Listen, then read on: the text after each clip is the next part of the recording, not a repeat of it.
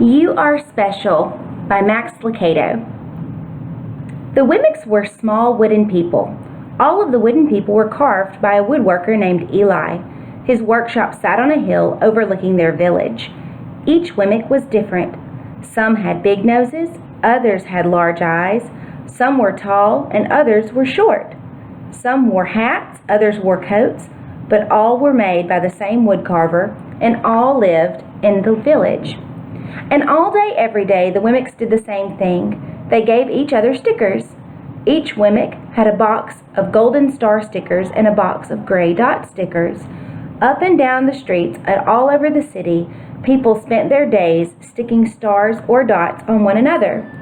The pretty ones, those with smooth wood and fine paint, always got stars. But if the wood was rough or the paint chipped, the Wimmicks gave dots. The talented ones got stars too. Some could lift big sticks high above their heads or jump over tall boxes. Still, others knew big words or could sing pretty songs. Everyone gave them stars. Some Wimmicks had stars all over them. Every time they got a star, it made them feel so good. It made them want to do something else and get another star. Others, though, could do little. They got dots. Punchinello was one of these. He tried to jump high like the others, but he always fell. And when he fell, the others would gather around him and give him dots. Sometimes when he fell, his wood got scratched. So the people would give him more dots. Then, when he would try to explain why he fell, he would say something silly, and the Wimmicks would give him more dots. After a while, he had so many dots that he didn't want to go outside.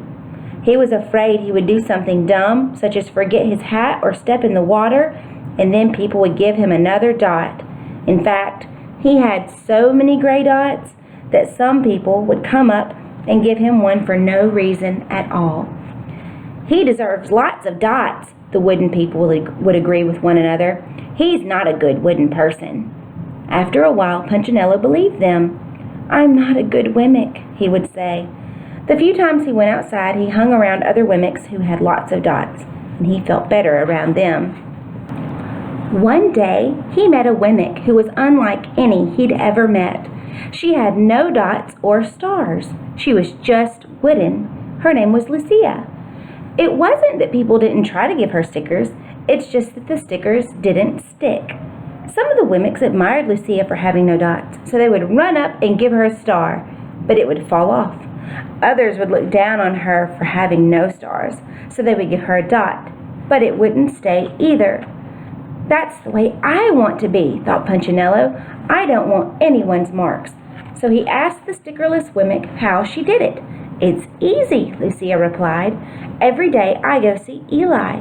"Eli?" "Yes, Eli, the woodcarver. I sit in the workshop with him." "Why?"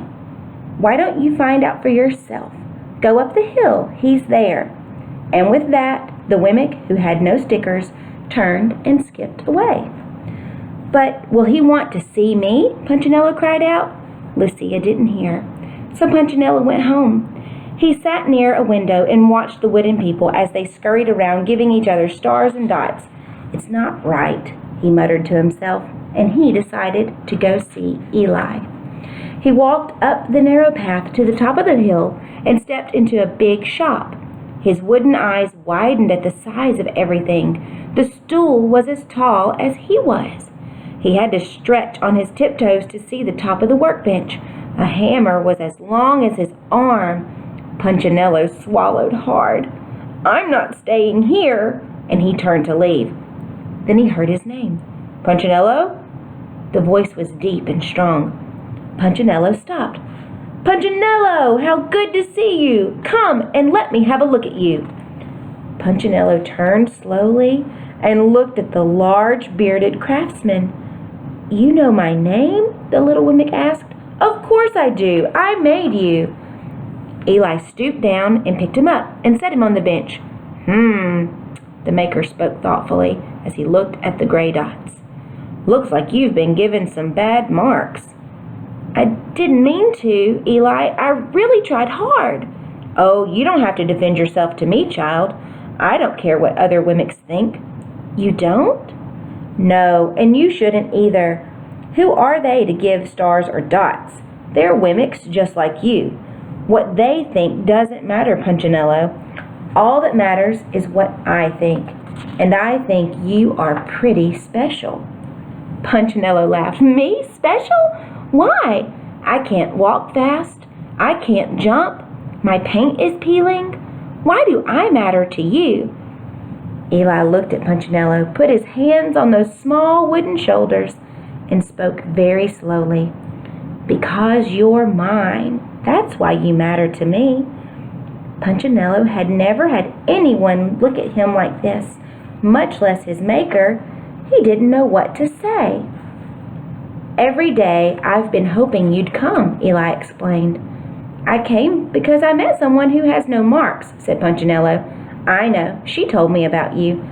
Why don't the stickers stay on her? The maker spoke softly. Because she has decided that what I think is more important than what they think. The stickers only stick if you let them. What? The stickers only stick if they matter to you. The more you trust my love, the less you care about their stickers. I'm not sure I understand. Eli smiled. You will, but it will take time. You've got a lot of marks. For now, just come to see me every day and let me remind you how much I care. Eli lifted Punchinello off the bench and set him on the ground. Remember, Eli said as the Wemmick walked out the door, you are special because I made you, and I don't make mistakes. Punchinello didn't stop, but in his heart he thought, I think he really means it. And when he did, a dot fell to the ground. The end.